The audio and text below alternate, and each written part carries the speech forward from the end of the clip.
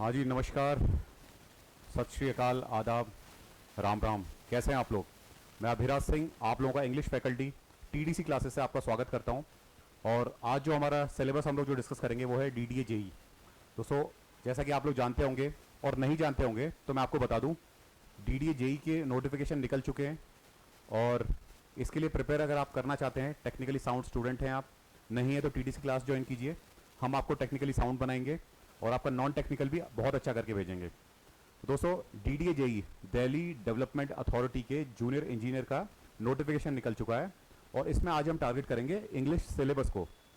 दोस्तों, English syllabus वैसे तो इसमें बहुत छोटा है, लेकिन बहुत ही गेम चेंजिंग हो सकता है क्योंकि 10 मार्क्स का उसमें आपको देखने को मिलेगा। तो दोस्तों, आगे हम डिस्कस करते हैं इंग्लिश सिलेबस में ऐसी क्या चीज़ें हैं जिनको टारगेट करके हम अच्छा रैंक, अच्छा सिलेक्शन ले सकते हैं। दोस्तों, एक चीज़ और बता दूं आपको, डीडीए जेई इसलिए अपने आप में खास हो जाता है। वैसे जेईएन तो बाकी सारे स्टेट्स में बनते हैं, लेकिन डीडीए जेई इसलिए खास हो जाता है क्योंकि यहाँ की सैलरी और perks as compare to other states बहुत ज़्यादा रहते हैं, क्योंकि यहाँ का एचआरए भी ज़्यादा है। आपको बहुत अच्छे पर्क्स मिलेंगे, अच्छी सैलरी मिलेगी। तो अपने आप में ये नोटिफिकेशन या फिर अपने आप में ये डेजिग्नेशन खास हो जाती है, क्योंकि पैसे के लिए तो हम सब लोग पढ़ रहे हैं। ठीक है ना? चलिए तो आगे बढ़ते हैं।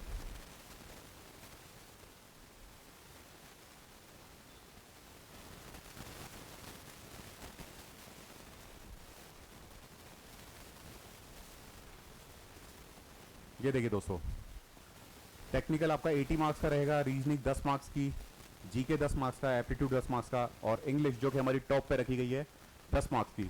दोस्तों, इंग्लिश आपकी बाकी सब्जेक्ट्स की तरह, वैसे आपका कोर तो टेक्निकल है, लेकिन बाकी सब्जेक्ट्स जो आपके आसपास हैं, ऑक्सिलरी हैं, सहायक हैं, उसमें इंग्लिश बहुत ही स्कोरिंग हो सकती है और आपको सिलेक्शन दिलाने में और आपकी रैंक अच्छी करने में मदद कर सकती है।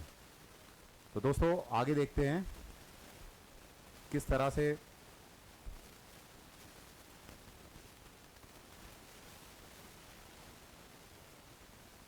ये देखिए दोस्तों, जैसा कि इंग्लिश सिलेबस हम देख रहे हैं, उसमें सबसे पहली चीज़ है टेंसेस। टेंसेस मतलब पास्ट, प्रेजेंट, फ्यूचर। जो टेंसेस जो हम पढ़ते हैं, जिसको हिंदी में काल भी बोला जाता है। वैसे दोस्तों, मैं आपको बता दूं, आप चाहे डीडीए जेई की तैयारी करें या किसी और एग्जाम की तैयारी करें, आपको इंग्लिश को हमेशा 3 पार्ट्स में डिवाइड करके तैयारी करनी है।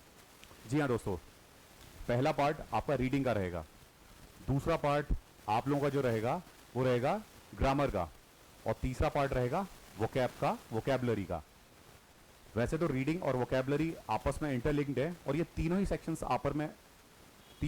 आपस में इंटरलिंक्ड हैं, लेकिन आपको इन तीनों को अलग अलग, अगर मान लीजिए सेक्शन बना के अपनी एक नोटबुक में नोट्स बना के आप तैयारी करते हैं तो आपको ज़्यादा बेनिफिट मिलेगा। तो मैं आपको बताता हूँ कि किस तरह से ये आपको सेग्रीगेट करना पड़ेगा, अलग अलग करना पड़ेगा। जैसे कि टेंसेस हमारा जो टॉपिक है, ये ग्रामेटिकल पोर्शन का है।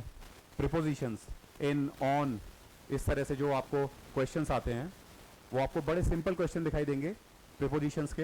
ये भी ग्रामेटिकल पोर्शन का हमारा जो है हिस्सा है। उसके बाद है active and passive voice rules. जैसे कि आप जानते ही हैं, एक्टिव पैसिव वॉइस भी ग्रामर का ही हिस्सा है। वो हमारा डीडीए जेई में हमको देखने को मिलते हैं। काफ़ी ट्रेंड देखा गया है कि ये इस तरह के क्वेश्चंस उसमें हमको देखने को मिल जाते हैं, तो इस पर भी हमको फोकस करना है। अब देखिए, अब आते हैं हम लोग अपने वोकैब सेक्शन पे। वोकैब सेक्शन हमारा वन वर्ड सब्स्टिट्यूशन। जैसे आपको अगर मान लीजिए कोई वर्ड दे देंगे, one who has the compulsion to steal, क्या बोला जाता है वो कमेंट करके बताइएगा। कि जिसको चोरी करने की आदत रहती है वो क्या बोला जाता है उसे, ठीक है ना? या फिर किसी को तंग जगह में या फिर किसी क्लोज स्पेस में अगर मान लीजिए घबराहट फील होती है तो उसके लिए कौन सा फोबिया बोला जाता है, कमेंट करके बताइएगा, ठीक है ना? तो ये इस तरह की चीज़ें वन वर्ड सब्स्टिट्यूशंस बोली जाती हैं, तो आपको ये पढ़ना पड़ेगा।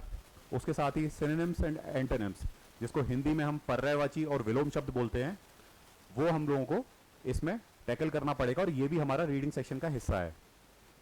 अब दोस्तों, इसी के साथ आगे आते हैं, इंग्लिश सिलेबस को आगे एक गति प्रदान करते हैं हम। और देखिए, ईडियम्स एंड फ्रेजेस।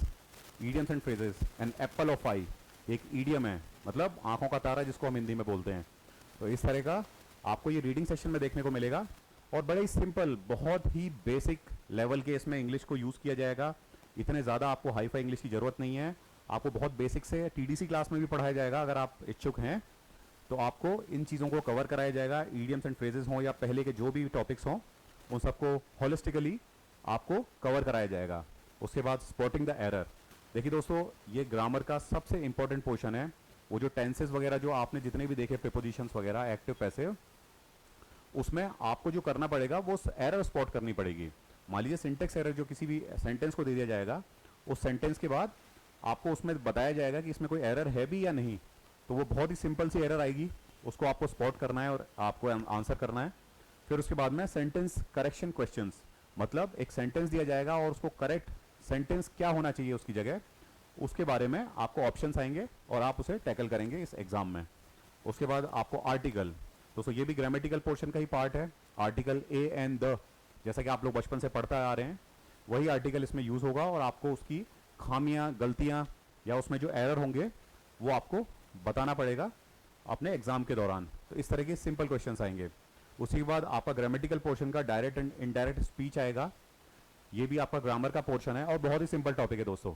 इसमें बस थोड़े बहुत रूल्स आपको याद रखने हैं, उसके बाद आप इसमें बहुत ही निपुण हो जाएंगे, प्रोफिशिएंट हो जाएंगे। दोस्तों बताइएगा प्रोफिशिएंट को और क्या बोलते हैं इंग्लिश में, इसका सिनोनिम बताइएगा, कमेंट करिएगा। दोस्तों अब आगे बढ़ते हैं, गति देते हैं, और ये इतना छोटा सिलेबस हमारा समाप्ति की ओर आ रहा है। एक है सेंटेंस रीअरेंजमेंट।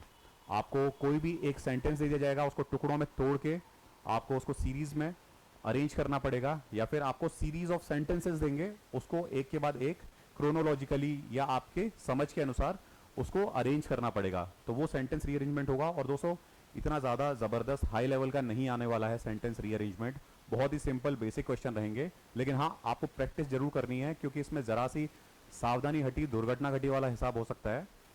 साथ ही आपको वोकैबलरी जो सेक्शन है पूरा का पूरा, वो एंटोनिम सिनोनिम में ही हमारा आ जाएगा। लेकिन फिर भी वोकैबलरी जो है आपको अपनी स्ट्रॉन्ग करनी ही पड़ेगी, जिसके लिए आपको रीडिंग बहुत ज़रूरी है डेली। आप भले ही 10 मिनट 15 मिनट किसी भी एक इंग्लिश बुक को या फिर एडिटोरियल को, इंग्लिश न्यूज़पेपर के आप पढ़िए, ध्यान दीजिए, और आप उसमें आराम से अच्छा कर सकते हैं और आपको याद भी रहने लगेंगे। जो लोग बोलते हैं कि हमें वोकैबलरी याद नहीं रहती है, तो आप लोगों को आपको वोकैबलरी याद भी रहेगी। दोस्तों उसके बाद है वर्ब फॉर्म्स। दोस्तों ये भी हमारा ग्रामेटिकल पोर्शन है, और वर्ब फॉर्म्स में एक हमारा फ्रेजल वर्ब्स भी आते हैं, जिनका इस्तेमाल हम लोग दरअसल अपने सेंटेंसेस में करते हैं और उसको थोड़ा ब्यूटीफाई करने के लिए करते हैं। तो उसी तरह के वर्ब फॉर्म से रिलेटेड आपको फिल इन द ब्लैंक्स मिल सकते हैं, या फिर उसमें एरर कोई हो तो वो आप बता सकते हैं। तो ये हमारा एक छोटा सा सिंपल एंड स्वीट इंग्लिश का सिलेबस था, जिसको कि आप लोगों को टैकल करना है। और ये पढ़ते रहिए और जुड़िए आप टीडीसी क्लासेस से, और टीडीसी क्लासेस में जुड़ के आपको इन सभी, केवल इंग्लिश ही नहीं, बाकी सारे सब्जेक्ट्स का भी आप लोगों को अच्छे से तैयारी कराई जाएगी, प्रिपरेशन कराई जाएगी, जिससे कि आप लोग इस एग्ज़ाम को क्रैक कर सकें। तो दोस्तों अभी मेरी साइड से बस इतना ही था, फिर मिलते हैं आपको किसी अगली वीडियो में। तब तक के लिए नमस्कार।